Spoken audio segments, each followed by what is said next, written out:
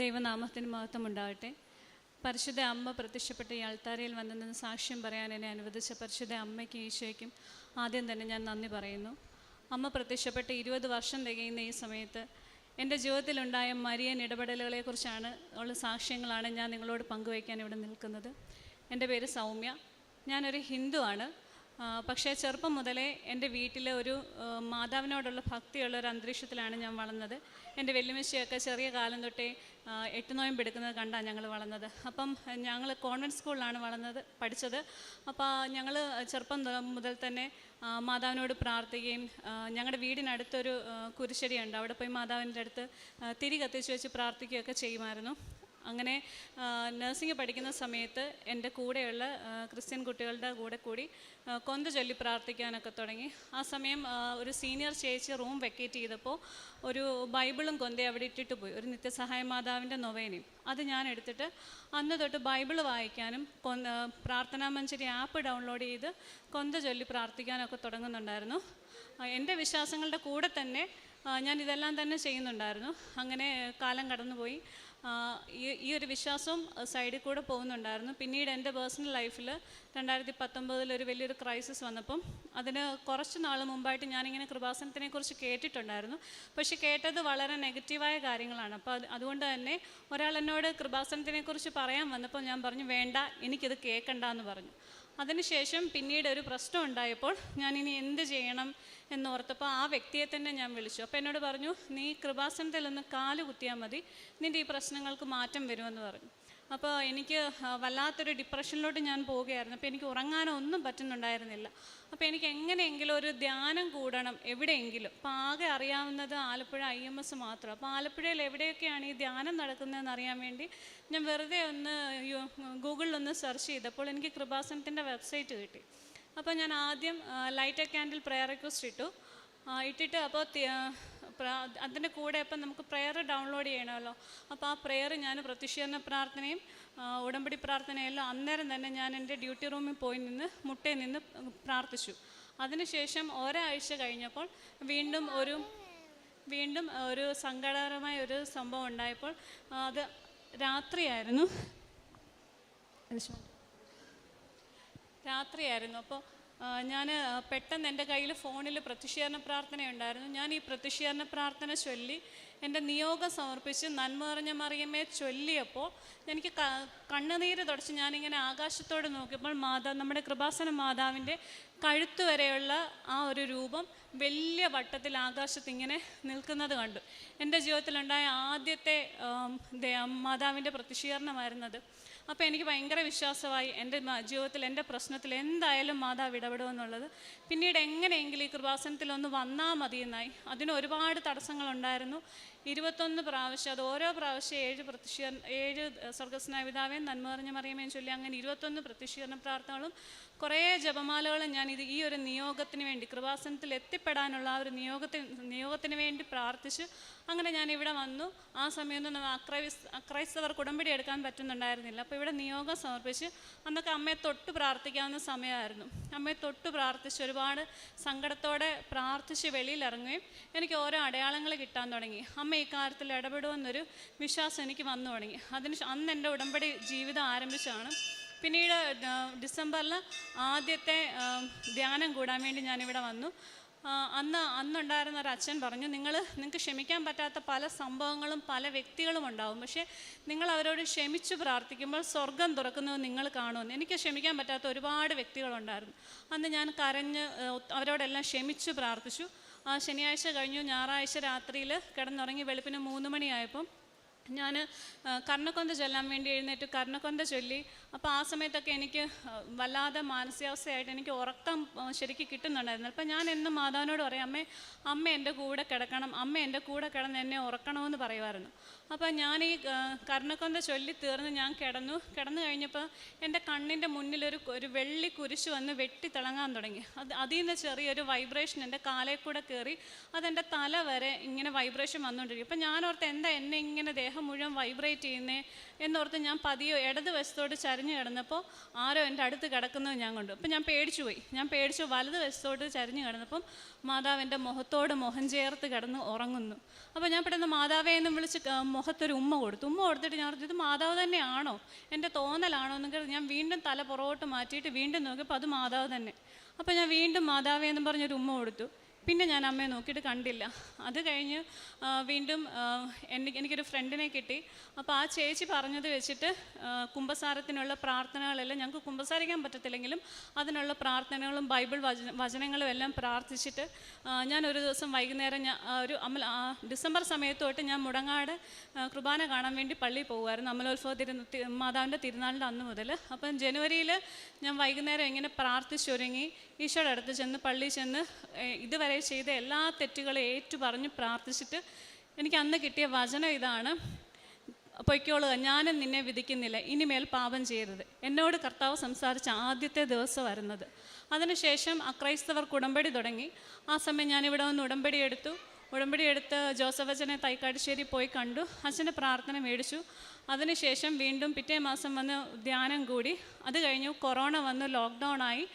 ശരിക്കും എൻ്റെ ആത്മീയ ജീവിതത്തിലെ ഏറ്റവും നല്ല സമയമായിരുന്നത്. ഇനി ഈ കൃപാസനത്തിൽ അപ്ലോഡ് ചെയ്തിട്ടുള്ള ഒരു ധ്യാനം പോലും എനിക്ക് കാണാൻ ബാക്കിയില്ല. അതുപോലെ ആ ഒരു സമയം ഞാൻ അതിനുവേണ്ടി മാത്രം വിനിയോഗിച്ച് പ്രാർത്ഥന മാത്രമേ ഉള്ളായിരുന്നു ജീവിതത്തിൽ. പ്രാർത്ഥന, ധ്യാനം കൂടുക, സാക്ഷ്യം കാണുക, അത് മാത്രമായിരുന്നു. അങ്ങനെ പ്രാർത്ഥിച്ചുകൊണ്ടിരുന്നപ്പോഴും എൻ്റെ മനസ്സിൽ എപ്പോഴൊരു ചിന്തയുണ്ടായിരുന്നു, ഞാൻ ഉടമ്പടി എടുത്തല്ലോ, എന്നിട്ട് എൻ്റെ കാര്യം ഒന്നും ശരിയാകുന്നില്ല എന്നുള്ളത്. ഇങ്ങോട്ട് നമുക്ക് വരാൻ പറ്റത്തില്ല, ലോക്ക്ഡൗൺ ആണ്, ഇവിടെ എല്ലാം അടച്ചിട്ടേക്കാണ്. അപ്പം അങ്ങനെ ഇരിക്കെ മെയ് മാസത്തിൽ ധ്യാനത്തിൽ അച്ഛൻ ഇങ്ങനെ ഒരു ആരാധനാ സന്ദേശം പറഞ്ഞു: ഉടമ്പടി എടുത്തിട്ടും എൻ്റെ കാര്യം ഒന്നും ശരിയാകുന്നില്ലല്ലോ എന്ന് ചിന്തിക്കുന്ന ഒരു വ്യക്തിക്ക് കർത്താവ് വഴി കാണിച്ചു കൊടുക്കുന്നെന്ന്. അത് ഞാനായിരുന്നു. എനിക്ക് 12 വർഷമായിട്ട് PCOD, 4 വർഷമായിട്ട് ഫൈബ്രോയിഡും ഉണ്ടായിരുന്നു. എനിക്കൊരു 18 വയസ്സായപ്പം തൊട്ട് എനിക്ക് പീരീഡ്സ് എപ്പോഴും ഇറഗുലറാണ്. ഒരു 45-50 ദിവസം കൂടുമ്പോഴാണ് പീരീഡ്സ് വരിക. പക്ഷേ ആ ഡേറ്റ് കഴിഞ്ഞ് അന്നേരം തുടങ്ങി എനിക്ക് വയറുവേദന. അത് ഈ വയറുവേദന വരുന്നത് രാത്രി 2 മണിക്ക് 3 മണിക്കൊക്കെ. ഒന്നുകിൽ ഡ്യൂട്ടിയിൽ ഇറങ്ങിക്കുന്ന സമയത്ത് ഇഞ്ചക്ഷൻ എടുക്കുക, അല്ലെങ്കിൽ നല്ല തിളച്ച വെള്ളം വെച്ച് ചൂട് പിടിക്കുക. അതുമാത്രമല്ല, ഞാൻ ഈ ഫ്ലാസ്കിൻ്റെ അത് ചൂടുവെള്ളം ഒഴിച്ച് വെച്ചിട്ടായിരുന്നു കിടക്കുന്നത്. അത്രയ്ക്ക് ബുദ്ധിമുട്ടായിരുന്നു. പക്ഷേ ഒരുപാട് മരുന്നുകൾ കഴിച്ചു, അതിനൊന്നും ഒരു മാറ്റം ഉണ്ടായിരുന്നില്ല. പിന്നീട് ഞാൻ എന്ന് കൃപാസനത്തിൽ വന്നു, അന്ന് എൻ്റെ കയ്യിൽ ഒരു 800 രൂപയുടെ ഒരു മരുന്നുണ്ടായിരുന്നു, ഒരു മാസത്തേക്കുള്ള. ആ മരുന്നടിച്ച് ഞാൻ വേസ്റ്റ് ബിന്നിലിട്ടു. എന്നിട്ട് ഞാൻ അന്ന് തൊട്ട് ഈ നേർച്ച വസ്തുക്കളും ഉടമ്പടി തൈലവും മാത്രം ഉപയോഗിക്കുന്നുള്ളായിരുന്നു. അതോടെ എൻ്റെ പീരീഡ്സ് റെഗുലർ ആകാൻ തുടങ്ങി. അച്ഛൻ ആരാധന സന്ദേശം പറഞ്ഞൊരു വ്യക്തിക്ക് വഴി കാണിക്കുന്നു എന്നായിരുന്നു. ആ മാസം ഞാൻ പ്രഗ്നൻ്റായി. അന്നേരം എനിക്ക് വീണ്ടും പ്രശ്നങ്ങളുണ്ടായിരുന്നു, എൻ്റെ ഫൈബ്രോയിഡ്. അപ്പം ഡോക്ടർ ആദ്യമേ തന്നെ പറഞ്ഞു, ഈ ഫൈബ്രോയിഡ് ഒരു 5 സെൻറ്റിമീറ്റർ കൂടുതലായിട്ടുണ്ടെങ്കിൽ നോർമൽ ഡെലിവറി നടക്കില്ല, സിസേറിയൻ മാത്രമേ നടക്കത്തുള്ളൂ. അപ്പോൾ എൻ്റെ ഫൈബ്രോയിഡ് ഒരു 3 സെൻറ്റിമീറ്റർ ഒക്കെ ആയിട്ടുണ്ടായിരുന്നു. പിന്നീട് കുഞ്ഞിൻ്റെ സ്കാനിങ്ങിലും കുഞ്ഞിൻ്റെ നേസൽ ബോൺ ചെറുതാണ്, അവന് ഒരു കിഡ്നി കുറച്ച് വലുതായിരുന്നു. അപ്പോൾ കുഞ്ഞിന് എന്തെങ്കിലും ബർത്ത് ഡിഫക്റ്റ് ഉണ്ടാകുമോ എന്നൊക്കെ ഒരു ഡൗട്ട് പറഞ്ഞിരുന്നു. അങ്ങനെ മുന്നോട്ട് പോയപ്പോൾ ഞാൻ പ്രഗ്നൻസിയിൽ എൻ്റെ 4ാം മാസത്തിൽ ഞാൻ വൈകുന്നേരം സായാഹ്ന പ്രാർത്ഥന ചൊല്ലിക്കൊണ്ടിരുന്നപ്പം എൻ്റെ കയ്യിലൊരു കുഞ്ഞു മാതാവിൻ്റെ ഫോട്ടോ ഉണ്ട്. ആ ഫോട്ടോ വെച്ചിട്ടാണ് ഞാൻ പ്രാർത്ഥിക്കുന്നത്. അപ്പം ഞാൻ ഈ പ്രാർത്ഥിച്ചുകൊണ്ടിരുന്നപ്പം മാതാവിൻ്റെ കയ്യിൽ, ഇടത്തെ കയ്യിൽ ഒരു ആൺകുഞ്ഞിരിക്കുന്നത് ഞാൻ കണ്ടു ആ ഫോട്ടോയിൽ.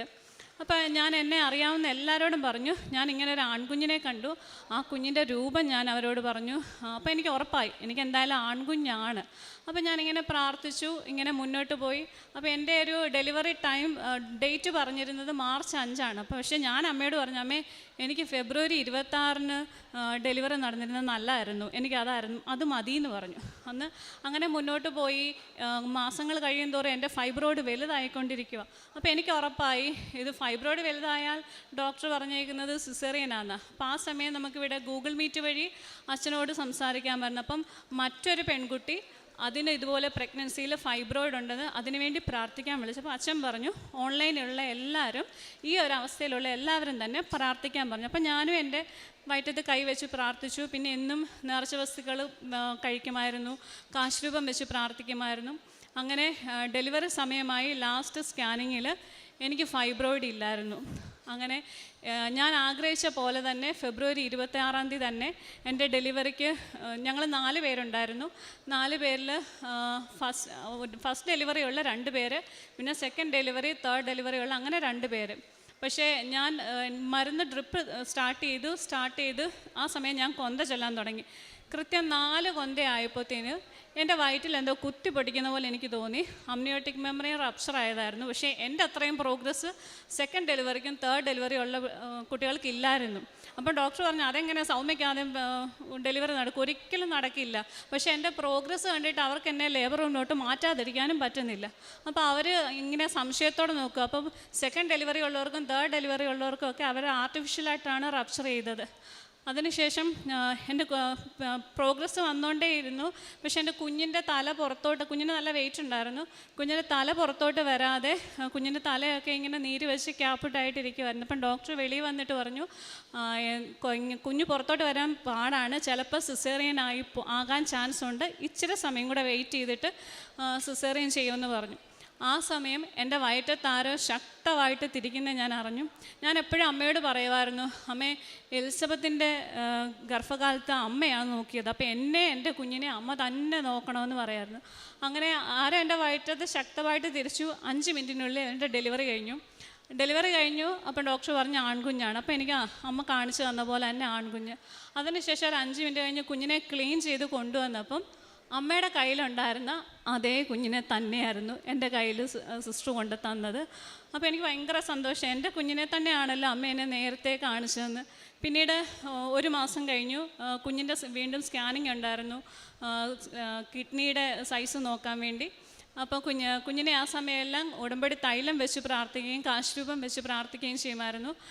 സ്കാനിങ്ങിന് വന്നു കഴിഞ്ഞപ്പം കുഞ്ഞിന് കുഴപ്പമൊന്നുമില്ല, ബർത്ത് ഡെഫക്റ്റും ഇല്ല, 2 കിഡ്നീസും നോർമലാണെന്നുള്ള റിപ്പോർട്ട് വന്നു. പിന്നീട് ഒരു വയസ്സ് കഴിഞ്ഞിട്ട് എൻ്റെ കുഞ്ഞ് നടക്കുന്നുണ്ടായിരുന്നില്ല. അപ്പോൾ ആ സമയം അച്ഛൻ ഇവിടെ നടക്കാൻ പ്രായമായിട്ടും നടക്കാത്ത കുഞ്ഞുങ്ങൾക്ക് വേണ്ടി ഒരു ധ്യാനത്തിൽ പ്രാർത്ഥിക്കുന്നുണ്ടായിരുന്നു. അന്ന് ആ പ്രാർത്ഥന കഴിഞ്ഞ് അന്നേ ദിവസം തന്നെ എൻ്റെ കുഞ്ഞ് നടന്നു. ഇത്രയുമാണ് എൻ്റെ ജീവിതത്തിലുണ്ടായ മരിയൻ ദൈവാനുഭവങ്ങൾ. ഇതിലും ഒരുപാട് അനുഗ്രഹങ്ങൾ, ചെറുതും വലുതുമായ അനുഭവങ്ങൾ തന്നിട്ടുണ്ട്. ഇതെല്ലാം തന്ന അമ്മയ്ക്കും ഈശോയ്ക്കും 1000 നന്ദി പറയുന്നു. ഞാൻ തിരുവനന്തപുരത്തായിരുന്ന സമയത്ത് മെഡിക്കൽ കോളേജിലൊക്കെ നടന്ന് ഞങ്ങൾ പത്രം കൊടുക്കുമായിരുന്നു. ഇപ്പോഴും കൊടുക്കാവുന്ന അത്രയും പത്രം ഞാനും കുഞ്ഞാണ് കൂടുതൽ ഇപ്പം കൊണ്ടു നടന്ന് കൊടുക്കുന്നത്. പിന്നെ ഞാനിപ്പം ജോലി ചെയ്യുന്നില്ല എങ്കിലും എൻ്റെ കയ്യിലെ പൈസ വെച്ചിട്ട് ആരെങ്കിലും സഹായം ചോദിച്ചാൽ എന്നെക്കൊണ്ട് കഴിയാവുന്നത് പോലെ തന്നെ ചെയ്യാറുണ്ട്. പിന്നെ എൻ്റെ ആത്മീയ ജീവിതത്തിലാണ് ഒരുപാട് മാറ്റങ്ങൾ വന്നത്. നേരത്തെ ഒത്തിരി സോഷ്യൽ മീഡിയയിലൊക്കെ വെറുതെ സമയം കളയുമായിരുന്നു. ഇപ്പം അങ്ങനെ ഒരു കാര്യമില്ല. ഏത് സമയം പ്രാർത്ഥിക്കാനും ബൈബിൾ വായിക്കാനും, കുഞ്ഞുറങ്ങിക്കിടക്കുന്ന സമയത്തും കൂടുതൽ പ്രാർത്ഥിക്കാനും ബൈബിൾ വായിക്കാനും കഴിയുന്നുണ്ട്. പണ്ട് നിയോഗങ്ങളെക്കുറിച്ച് ഓർത്തായിരുന്നു ഞാൻ എപ്പോഴും ആകുലപ്പെട്ടുകൊണ്ടിരുന്നത്. ഞാൻ ഉടമ്പടി ജീവിതം തുടങ്ങിയിട്ട് ഇപ്പോൾ 5 വർഷമായി. ഈ ഒരു സമയം എനിക്ക് എൻ്റെ നിയോഗങ്ങളെക്കുറിച്ച് ഓർത്ത് വലിയ വേവലാതിയൊന്നുമില്ല.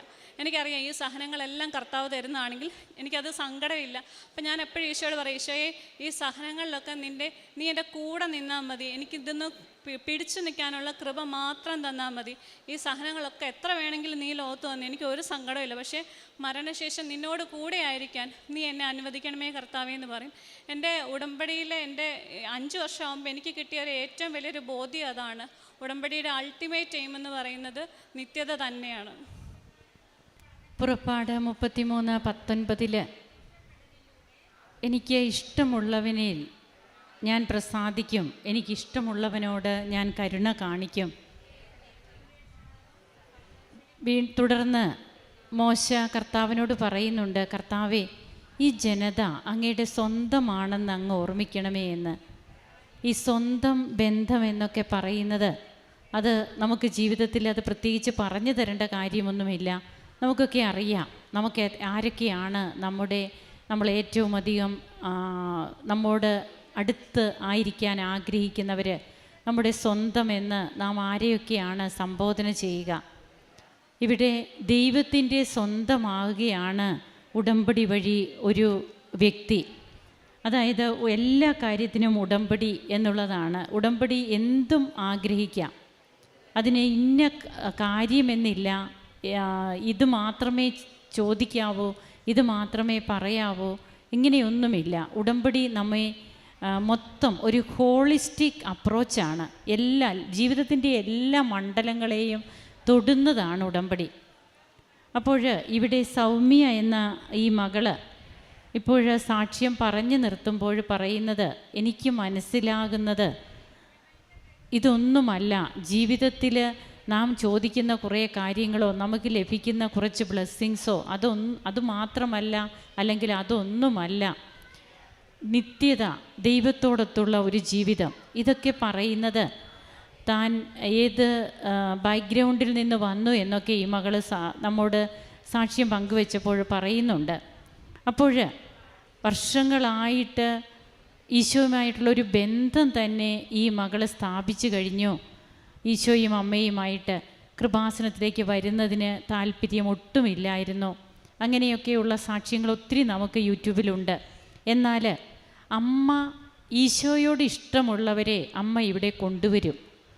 തൻ്റെ തിരുക്കുമാരനെ ആരാധിക്കുന്നവരെ, സ്നേഹിക്കുന്നവരെ അമ്മ അവരെ ഇങ്ങോട്ട് കൈപിടിച്ച് നടത്തുമെന്നുള്ളത് തന്നെയാണ്. അവരുടെ ജീവിതത്തിൻ്റെ പ്രതിസന്ധികൾ, ആ പ്രതിസന്ധി ഘട്ടങ്ങളിൽ ആരുമില്ല, വേറെ ആരും ആശ്രയമില്ല എന്നുള്ള അവസ്ഥയിൽ നിൽക്കുമ്പോൾ അവരെ നിരാശരാകാൻ വിടില്ല. അവരെ അമ്മ തന്നെ ഇങ്ങോട്ട് കൊണ്ടുവരും. അതാണ് ഈ മകളുടെ സാക്ഷ്യത്തിൽ കൂടുതൽ നമുക്ക് നിഴലിച്ച് കാണുന്നത്. അങ്ങനെ തൻ്റെ പ്രതിസന്ധി ഘട്ടങ്ങളിലൊക്കെ എങ്ങനെയാണ് പരിശുദ്ധ അമ്മയുടെ സാന്നിധ്യം, താൻ കൂടെ വരും എന്നുള്ള ആ സാന്നിധ്യം, ദൈവത്തിൻ്റെ വാഗ്ദാനം, അത് ഇന്നും തുടർന്നുകൊണ്ടിരിക്കുന്നു. അമ്മയെ പല പ്രാവശ്യം കണ്ടു. അതായത് ഈ മകളുടെ ജീവിതത്തിൽ അമ്മയെ കൂടെ കിടക്കുന്നതായിട്ട് കണ്ടു. ഇതൊന്നും ഇവിടെ പറയുന്ന ആദ്യത്തെ അനുഭവമൊന്നുമല്ല. ഇനി ആരെങ്കിലും ഇതിനെക്കുറിച്ച് എന്തെങ്കിലുമൊക്കെ ചിന്തിച്ചുകൊണ്ട് ഇതൊക്കെ നടക്കുമോ എന്ന് ചിന്തിച്ചാൽ അത് നിങ്ങളുടെ മാത്രം ചിന്തയാണ്. അനുഭവിച്ച മക്കൾ അതൊരിക്കലും നിരസിക്കില്ല. അവരെ അതിൽ നിന്ന് മാറ്റുവാൻ ആർക്കും സാധിക്കുകയുമില്ല. ഇന്ന് കൃപാസനത്തിൽ പറയുന്ന ഓരോ അനുഭവ സാക്ഷ്യങ്ങളിലും ഒരിക്കലും സംഭവിക്കാത്ത കാര്യങ്ങളൊക്കെ സംഭവിച്ചു എന്ന് പറയുമ്പോൾ അതൊക്കെ ദൈവത്തിൻ്റെ വാഗ്ദാനത്തിൽപ്പെട്ടതാണ്. നാം നമ്മുടെ ജീവിതത്തെ ഒന്ന് ക്രമപ്പെടുത്തിയാൽ ദൈവം നമ്മുടെ കൂടെ തന്നെ വരും എന്നുള്ള അനുഭവങ്ങളാണ് നമുക്കിന്ന് ഈ കൃപാസനത്തിലെ ഉടമ്പടി അനുഭവങ്ങളായിട്ട് ഇവിടെ അൾത്താരയിൽ പങ്കുവയ്ക്കപ്പെട്ടുകൊണ്ടിരിക്കുന്നത്. എത്ര പ്രാവശ്യമാണ് ഈ മകൾക്ക് സാന്നിധ്യമുണ്ടാവുക, അതും എത്രയോ ഹൃദ്യമായ അനുഭവങ്ങളാണ് അമ്മ ഈ മകൾക്ക് കൊടുക്കുന്നത്.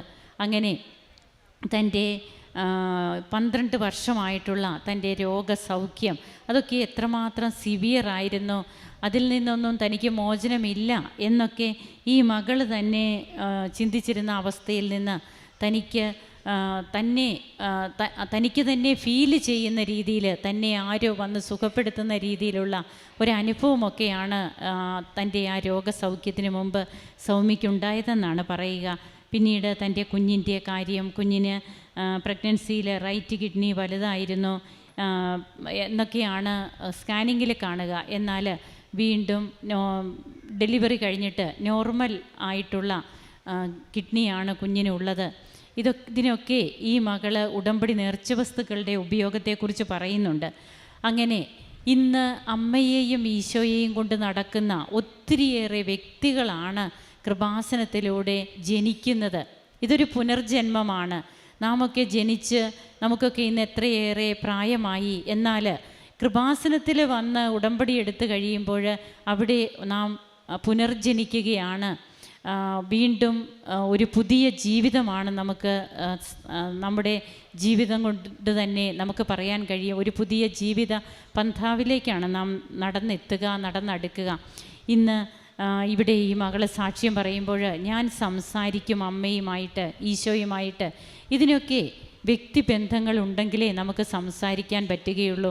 ഇല്ലെങ്കിൽ നാം എന്തെങ്കിലുമൊക്കെ ഒഴിഞ്ഞു മാറേണ്ട അവസരങ്ങളിൽ ഒഴിഞ്ഞു മാറിപ്പോകും. എന്നാൽ ഏറ്റവും ഹൃദ്യതയുള്ള വ്യക്തികൾ അടുത്തു വരുവാനും അവരുമായിട്ട് സംസാരിക്കുവാനും അവർക്ക് വേണ്ടി എടുക്കുന്ന സമയം, അത് ഏത് സമയവുമാകട്ടെ, ആ സമയമൊക്കെ അവർക്ക് വേണ്ടി എടുക്കുമ്പോൾ അതിനൊന്നും നമുക്ക് പരാതിയില്ല, പരിഭവമില്ല.